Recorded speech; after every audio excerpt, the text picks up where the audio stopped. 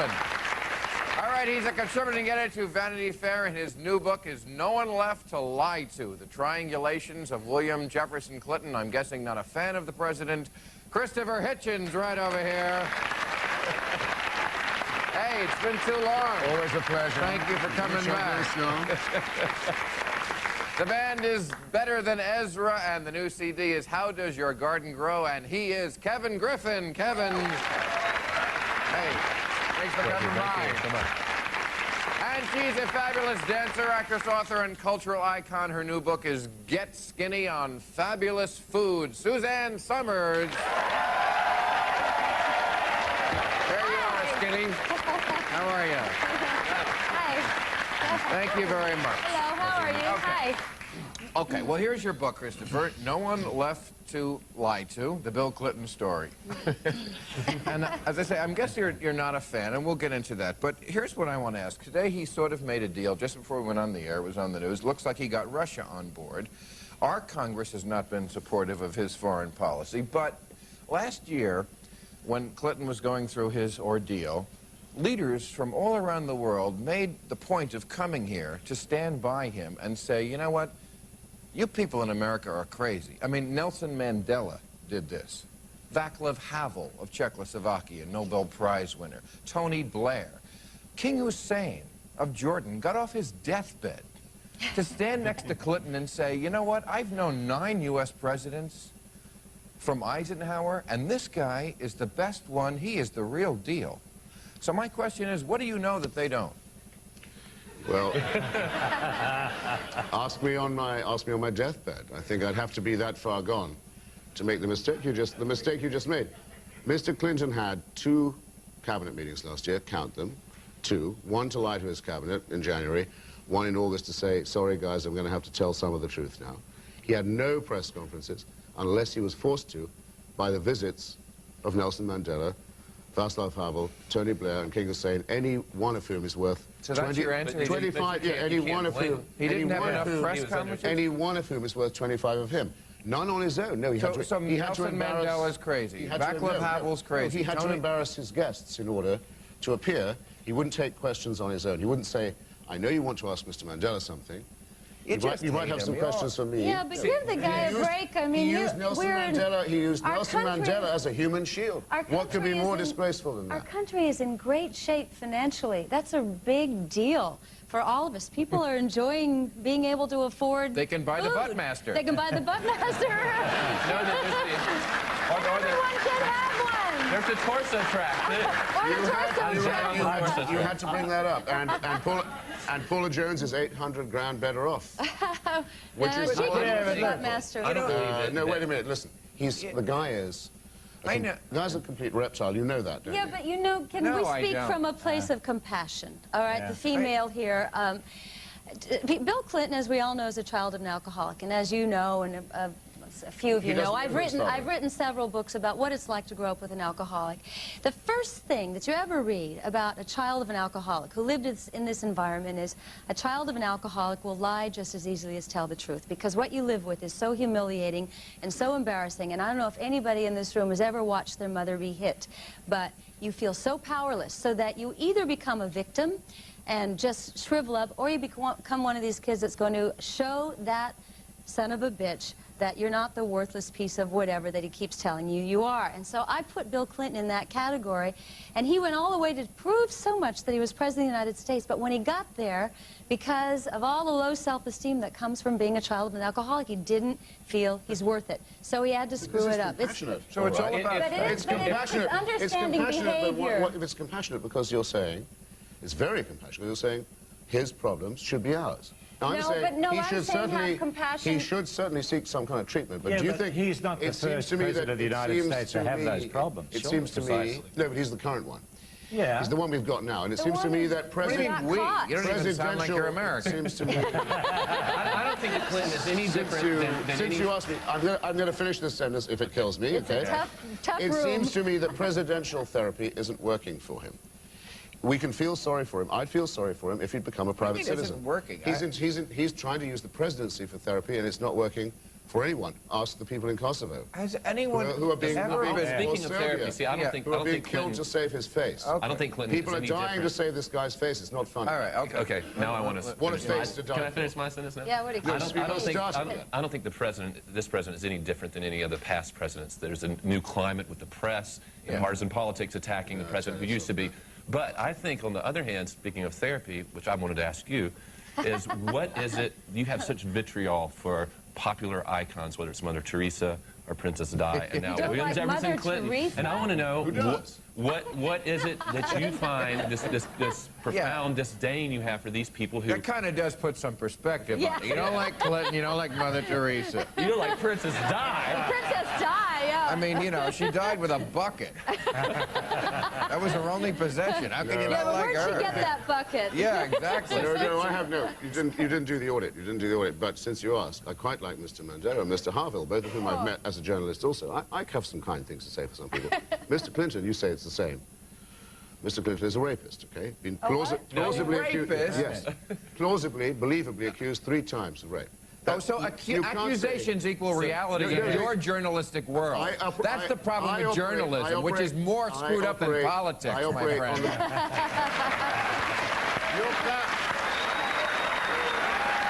You know, wait a second. No. Your people will clap bloody anything, won't they? They will, but you know what? It's so wrong just to say... I operate on the presumption of guilt, and so do you.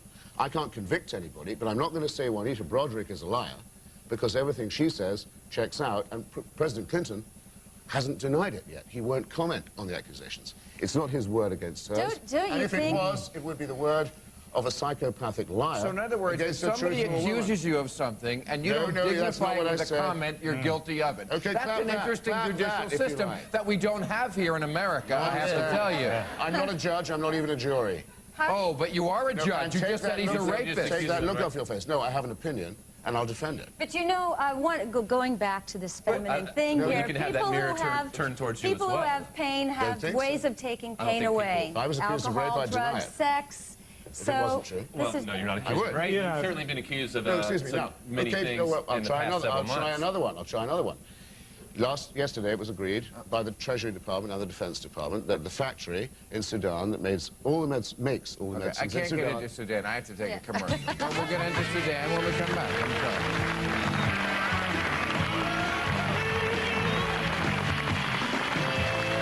Tomorrow, when our guests will be Vonda Shepard, Kennedy, Paul Kantner, and Tom Fitton.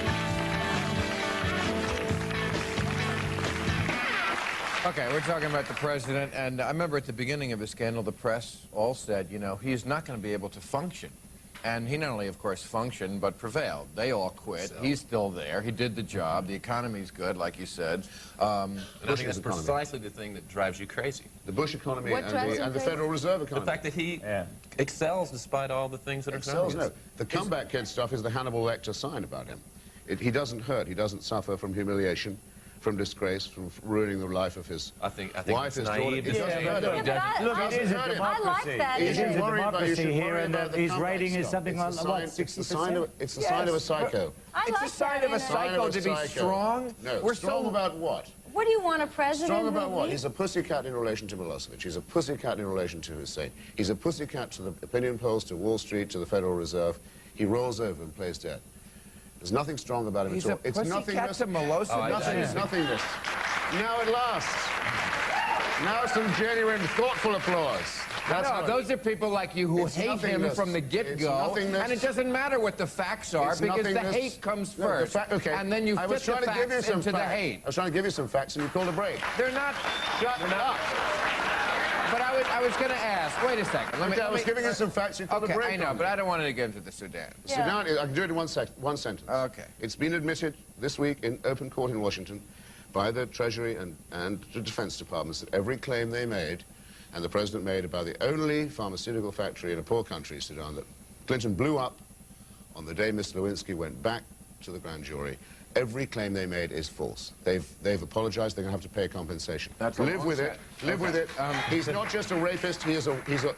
He's not a rapist. He's not a rapist, I but a take war exception. I take exception to you and the rest of Did you you people mention the price of my in the book? Washington press In forward. fact, it's No respect for the president or the office that it holds. And I think that's a reason for some of the problems with what's going on with the presidency and partisan politics. There's no respect for the office. And you know what? He had the wrong address. He had the wrong address, and nobody likes him there because it's a good old boys club, and they like when you come from political families. It's just much easier to understand. But he came from Arkansas, and I've never seen such a witch hunt. Have you? I've never seen it. Yeah, and I was going to ask, is it this being from this alcoholic family? His wife said, they hate us because we're from Arkansas. She's from Lake Forest, Illinois. But we're talking about him. She's from a ritzy family in Illinois. It's Hillary who said, she has ever said, they hate us because we're from Arkansas. And she's not from there. Yeah, but she spent the better part of her life there. She was the first lady of Arkansas. They can't even be phony in the right way. But everything about them is false. Don't you think before you call someone a rapist, whether they're a citizen or the president, you should know it for sure? You should have that as a... I've written a long article about why she's right. Were you there? But you weren't there. It was 20 years ago. How do you know I wasn't there? Are you asking me or telling me? I'm asking you, were you there? Well, you weren't there. So apparently where you're from, which is in Arkansas, you don't believe by trial by jury. You were watching. Look, is it don't ask? Is it? I just have to. Is this don't ask or is it don't tell? Because you're not letting me decide. But you weren't there, and you don't know. So that means we have total neutrality about it. But we have to believe you have no opinion. To level that... How can you, as a journalist, in the basis being integrity, which has been in question... This is how I can do it. Lately? Yes. This is how I If you want to start rhyming Hitchens with things... go ahead. Now, you should do it while I'm here. I don't know how you can question... Do it while I'm here or don't do it at all. Wait. Say that to my face or don't say it at all. What I'm saying is... Say it to my face or don't say it. Let me finish, because I will. No. I will. I know what you're saying. In the most recent, the May edition of Vanity Fair... Would you let him talk? Yes, he's trying to make an insinuation. Say it, but he's trying. That too. He's trying, and he would do it if you'd shut the hell up. He wants... Say it. Suzanne, would you put something over his mouth? You like to show that you don't give a damn about what people think when you dedicate your entire column this month to trying to tit for tat and against the people, your detractors, the people who are saying that you breached this code of ethics, the lunchroom, and all the stuff in the Sidney Blumenthal thing. And you said that no one has accused you of being a snitch, which would mean you acted out of malice or self-promotion. No one has accused you of that. Well, I'm here right now, and that's what I'm accusing you of. Are you licking my hand? I have to take it from my...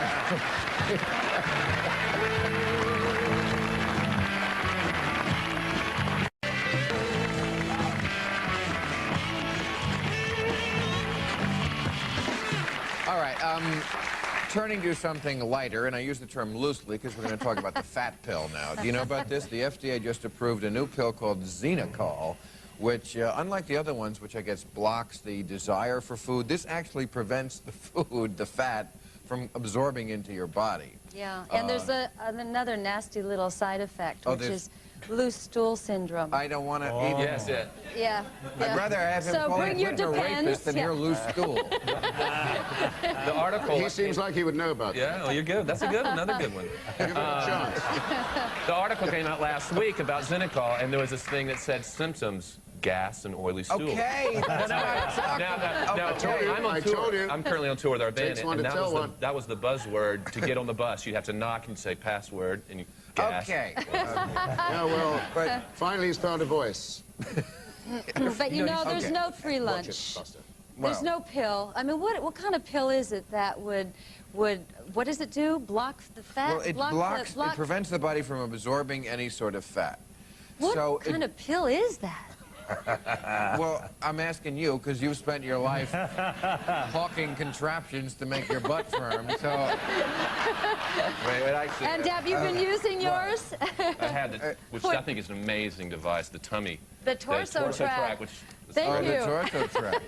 God, I'm getting a plug. Can't you see you look every good. heart surgeon You look good using it. Look at that America position going, she's in. If you could be in this position on the tummy track, I tell you, you wouldn't get a lot of exercise done. But anyway. But, good thing I'm not a shepherd. If you could take a pill, and apparently they have one now, which, I mean, it actually says on the bottle, take with fries.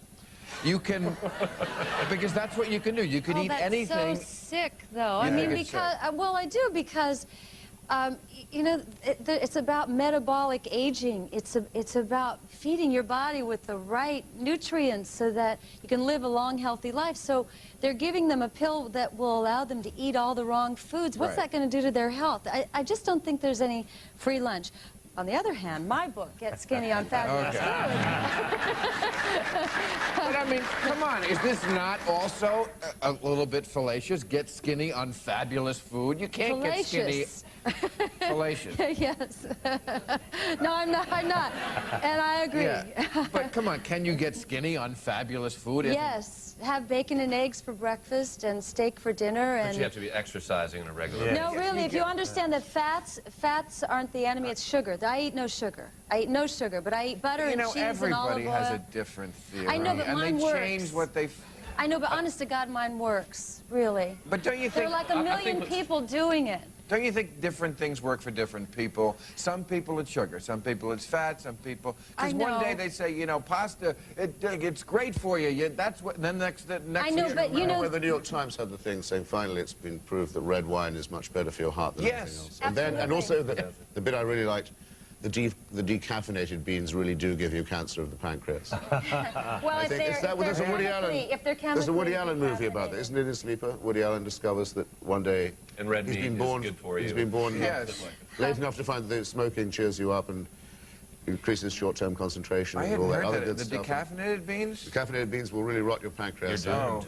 No, but it's not the There's only steam. one It's way. not Irene, the stop steam with the decaf. decaffeinated. That's only the chemically You can't take off these decaffeinated. Only the odds. chemically decaffeinated. The steam kind of are you get a teeny bit of caffeine. I used to say this to my Caffeine ex. blocks your sex organs, though. Your sex hormones, not your organs. Excuse me. Your sex hormones. I'm just going to have water. We'll take Yeah, a right, commercial. right. We'll be back. I'm not going to eat.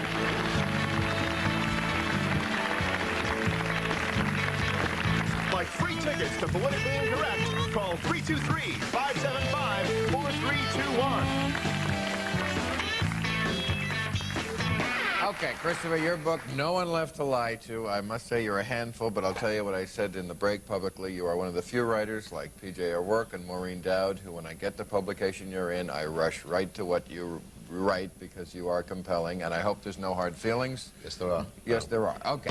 Well, This was tense Yeah, here. Yeah, I was getting a little nervous. I was going to come over and sit next to you. Just because someone gets Yeah. away with everything doesn't mean they're not a rapist, a war criminal, a liar, and a crook. Okay, Yeah, tomorrow but we're going to unless have Vonda unless Shepard, you're in the Kennedy, room. Yeah. Paul Kantner, and Tom Fitton. Good night.